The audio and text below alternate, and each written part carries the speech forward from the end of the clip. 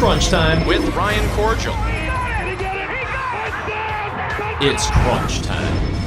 What a game! Unbelievable!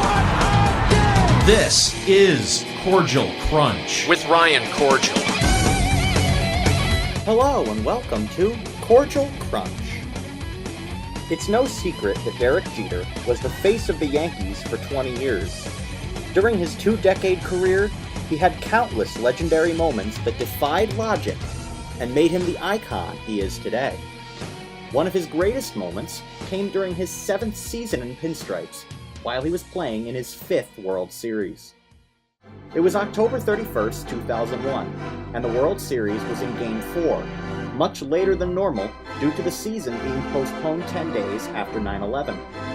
The Yankees were facing off against the expansion Arizona Diamondbacks, and were looking feeble, having scored just 3 runs in the game as of the 9th inning, including a 2-run shot in the 9th by Tino Martinez with the team down to their final out. And the Diamondbacks are 1 out away from taking a 3-1 lead in this 2001 World Series. Game 5 tomorrow night, Messina and Batista. 1 on, 2 out. Martinez hits one to deep right center field. At the wall. Tie game. Mariano Rivera came out in the 10th and worked a scoreless inning, and the Yankees sent up 3 powerful hitters in the 10th. But Scott Brocious and Alfonso Soriano both flew out. With the game tied at 3 in the bottom of the 10th, Derek Jeter stepped up to the plate. Jeter was 0 for 4 on the night, and took the first 2 pitches of the at-bat for strikes, but he kept the game going by fouling off 3 pitches and taking 2 balls to work a full count.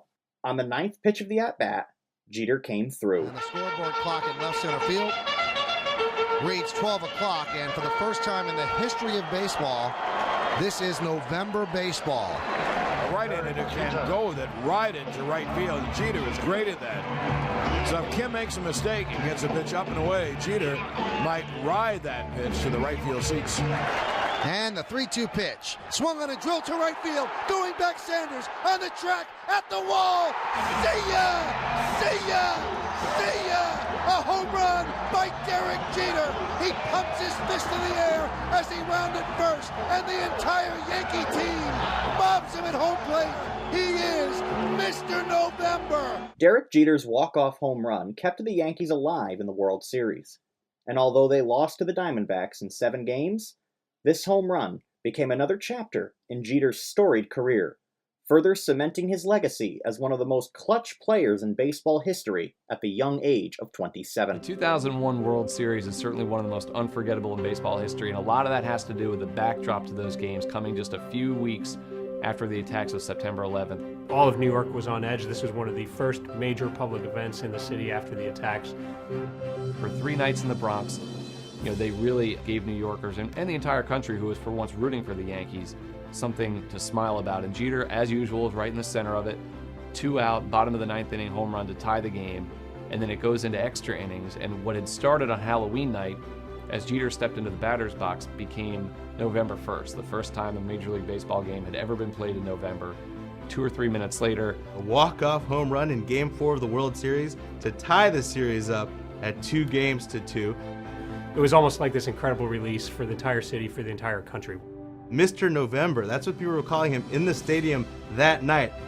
One thing I'll always remember about that moment, not just the hit of the home run, but the noise in Yankee Stadium. I'd never heard a noise in Yankee Stadium like that, and that's one reason why Derek Jeter will always be Mr. November, not just to baseball fans, but to people all across the country. People labeled me as Mr. November. It's kind of fun to hear, but as a kid, you dream of hitting a walk-off home run, but to actually be in that position and do it, words can't describe how you feel. Our manager, Mr. Torre's contract was over at October 31st. So he was holding my bat, and I told him, this is the last time I have to listen to you, because once it turns midnight, you don't have a job. So when I was at the plate, I saw that the clock turned to midnight and sort of smiled at him and then hit the home run. That'll wrap up this episode of Kordziel Krunch. Join me next week when I take a look at another iconic moment in sports history. For Kordziel Krunch, I'm Ryan Kordziel. Thanks for listening. Kordziel Krunch. With Ryan Kordziel. Ryan Kordziel. Crunch time.